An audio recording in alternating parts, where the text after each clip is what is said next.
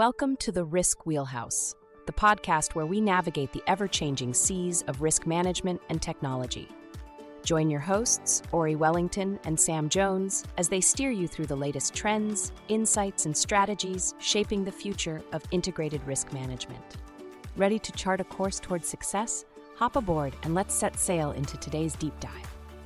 Welcome back, everybody, for another deep dive. Today, we're looking at integrated risk management. It's something we're seeing more and more of, especially with everything that's going on in tech and business. We're going to be looking at this article today by John A. Wheeler. He's the founder and CEO of Wheelhouse Advisors. The article is called Wheelhouse Advisors 2025 Predictions. Integrated risk management becomes non-negotiable. And he just lays out such a compelling case for this new approach to risk. Yeah, it really is a change. We hear so much about digital transformation as like this good thing.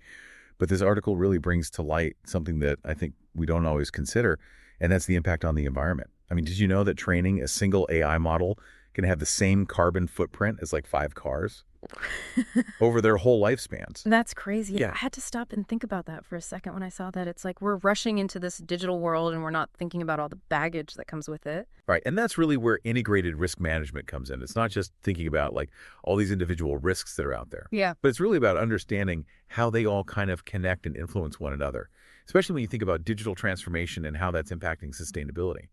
So how is integrated risk management different from the ways that companies have been traditionally managing risk? Because haven't they always had some kind of risk management in place? They have, but a lot of times it's very siloed.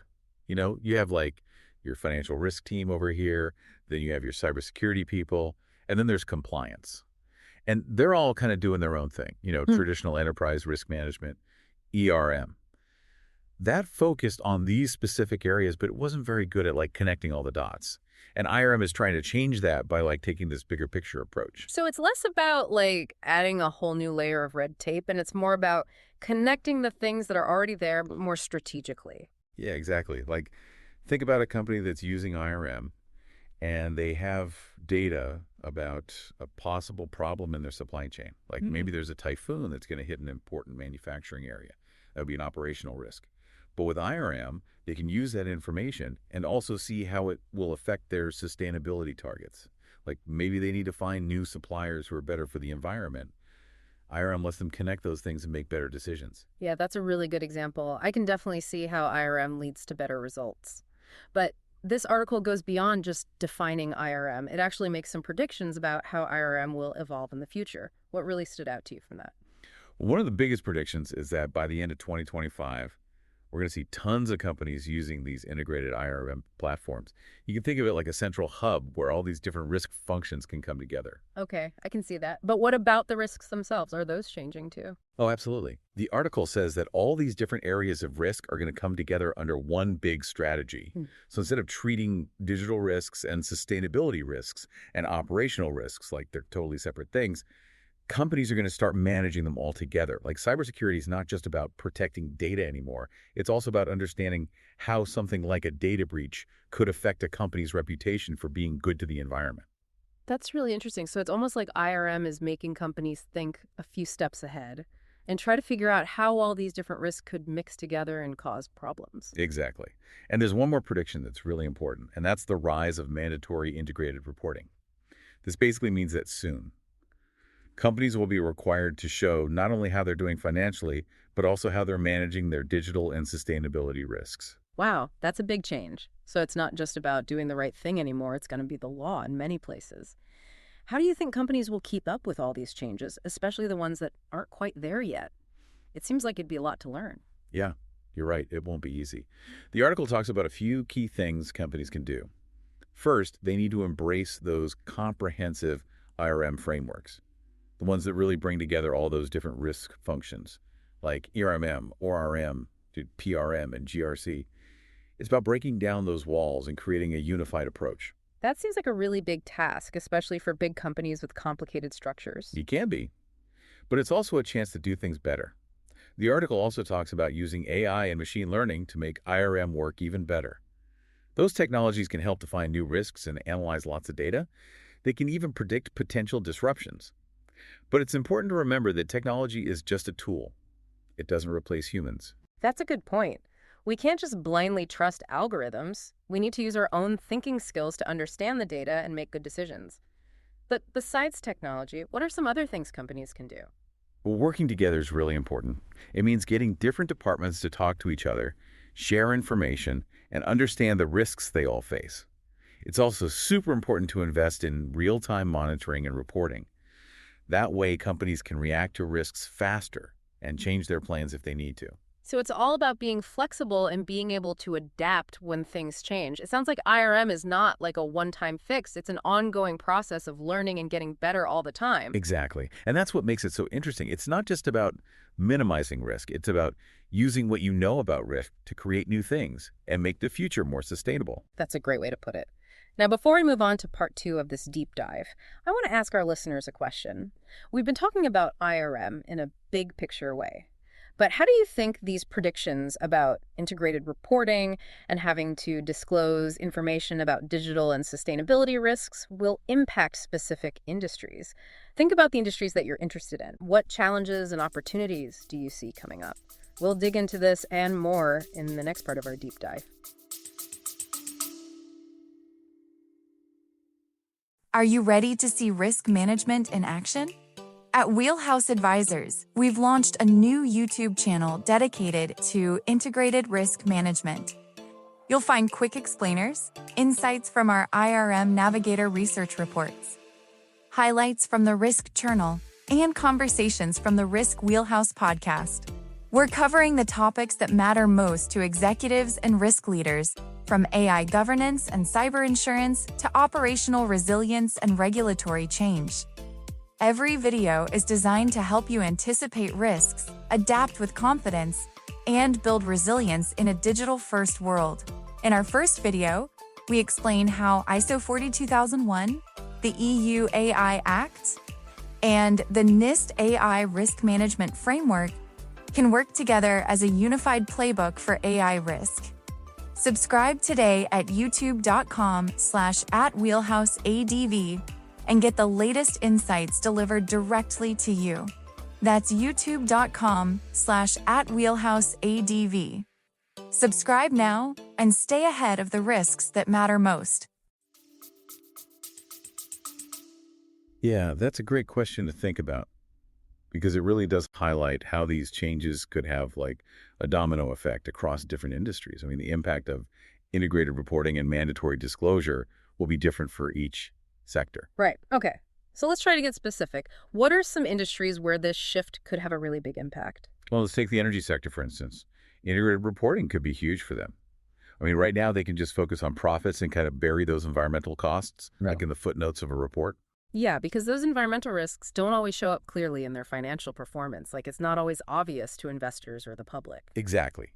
But if mandatory integrated reporting becomes a thing, then energy companies would have to be upfront about those environmental risks. Suddenly, things like their carbon emissions, their waste management practices, how they impact local ecosystems, all that stuff becomes a major part of the story, not just something they mention in passing.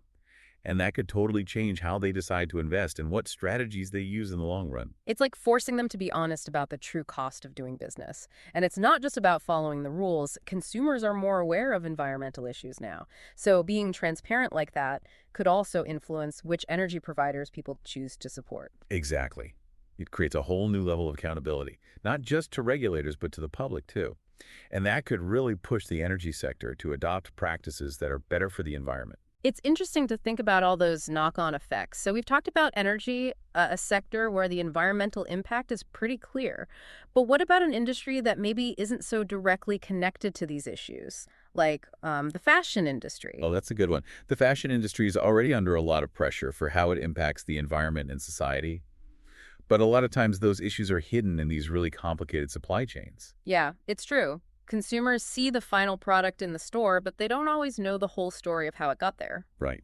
If integrated reporting becomes mandatory, fashion brands would have to give a much clearer picture. Everything from the materials they use to their labor practices to the carbon footprint of making and shipping clothes They'd have to account for all of it and tell everyone about it. That level of transparency could completely change things. It would give consumers the power to make more informed decisions about which brands to buy from, maybe even rewarding the ones that are really trying to be sustainable. It could definitely push the whole industry to be more sustainable. When brands know that their environmental and social impact is going to be out there for everyone to see, they're more likely to take those things seriously. It's almost like IRM creates this positive loop where being transparent leads to accountability, which leads to better practices, and then finally a more sustainable future. Okay, so we're starting to see how this affects different industries, but let's zoom out a bit. The article mentions something called IRM Navigator reports. Can you tell us more about those? Sure. Those reports basically dive deeper into the four main parts of IRM: enterprise risk management, operational risk management, technology risk management, and governance, risk and compliance. They're designed to give companies a better understanding of how these different areas all fit together. So it's like a set of tools for businesses that want to really make IRM work well, but let's be real for a second. This all sounds pretty complicated. I imagine a lot of businesses, especially smaller ones, might feel a little overwhelmed by the idea of implementing a full IRM strategy. I think that's a valid concern. But the important thing to remember is that IRM isn't like an all-or-nothing thing. You don't have to figure everything out right away. The key is to just start somewhere. Figure out which areas pose the biggest risks to your business, and then start building a framework to manage those risks. So start small, but start with a plan. Yeah, exactly. And don't forget about the power of collaboration. Talk to other businesses in your industry. Share what works and learn from each other's experiences. There are tons of resources out there to help companies through this transition. That's a good reminder. We don't always have to start from scratch. But even with collaboration and resources, making such a big change to how you manage risk can be tough. I bet there's some resistance within companies. There definitely will be. That's why it's super important to have strong leadership and a clear vision. Everyone in the organization needs to be on board to really make IRM work. It's not just about checking boxes. It's about creating a culture where everyone is aware of risks and is proactive about managing them. Absolutely. And that takes time, effort, and a commitment to communication and training. It's about making sure people not only know what IRM is, but also understand why it matters and how it can benefit them and the whole organization. It's about making risk management everyone's responsibility, not just something that a few people deal with. Exactly. And that's what makes this such a fascinating and challenging field. It's not just about numbers and data. It's about people, culture, and change. It's about connecting all those different pieces to create a future that is more resilient and sustainable. Speaking of connecting the dots, in the last part of our deep dive, I want to shift our focus from the organizational level to the personal level. We've been talking about how IRM can transform businesses. But do you think we can apply these same principles to manage risks in our own lives? Like think about financial risks, health risks, even career risks. That's a really interesting idea, and I'm really excited to explore that with you. It could change how we think about risk in all parts of our lives.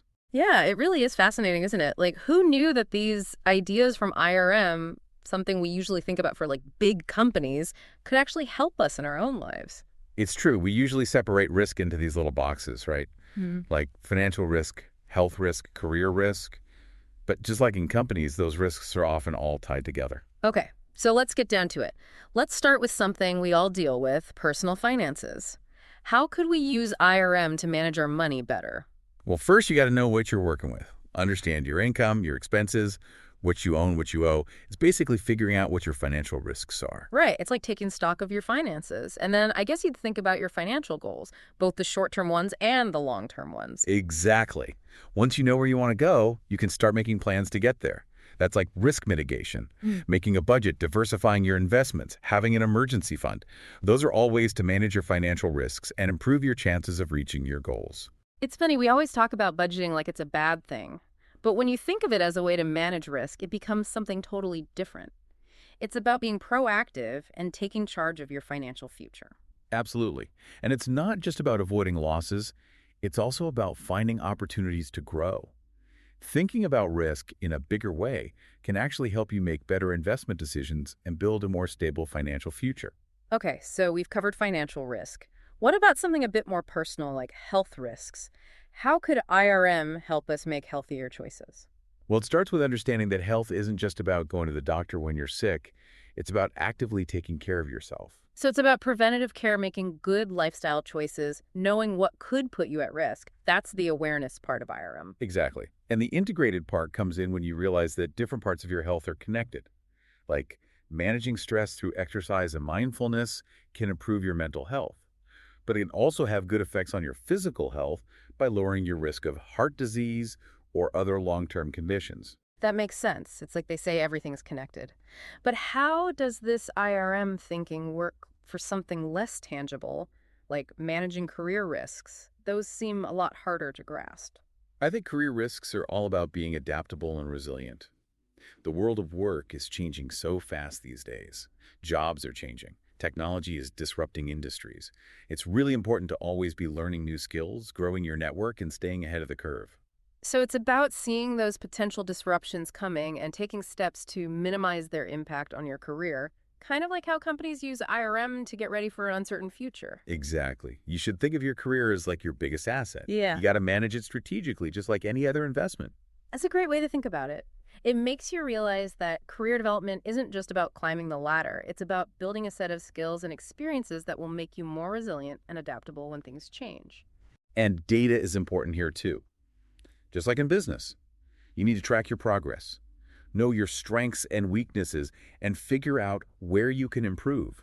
Use that information to make smart decisions about your career path. It's like creating your own personal integrated report on how you're doing in your career. Wow, this is really changing how I think about risk in my own life. Me too. I think the main takeaway is that we shouldn't be afraid of risk. We should try to understand it and manage it. And by taking a more holistic approach, we can not only reduce the potential downsides, but also create opportunities for growth and innovation. And whether we're talking about businesses or individuals, it all comes down to building that resilience. It's about knowing challenges are coming, adapting to change, and creating systems that can handle whatever comes our way. I agree. Well, that brings us to the end of our deep dive into integrated risk management. We've explored how this approach is transforming the business world, and we've even discovered how those same principles can help us manage risks better in our own lives. It's been a really interesting conversation. I hope you, our listener, have enjoyed it as much as we have. Just remember, the future is full of uncertainty, but by embracing an IRM mindset, we can face that uncertainty with more confidence. We can create a more resilient future, both for ourselves and the organizations we're a part of. Thanks for joining us on this deep dive. Until next time, keep exploring, keep learning, and keep asking those big questions. That wraps up another episode of the Risk Wheelhouse. Thank you for spending time with us at Wheelhouse Advisors today. We hope you found the conversation insightful and actionable for your organization's risk strategies. Don't forget to subscribe on your favorite podcast platform, whether it's Apple Podcasts, Spotify, or Amazon Music. If you're looking for more in-depth analysis and thought leadership on risk technology, be sure to visit the Risk Tech Journal at therisktechjournal.com. It's your go-to source for comprehensive articles, expert interviews, and the latest trends shaping the industry. Subscribe today to stay informed. For any inquiries or feedback, please contact us directly at info@wheelhouseadvisors.com, or feel free to connect with us on LinkedIn and x.com and share your thoughts or suggestions for future topics. Visit wheelhouseadvisors.com for more information and resources. Thanks again for joining us. Until next time, navigate wisely.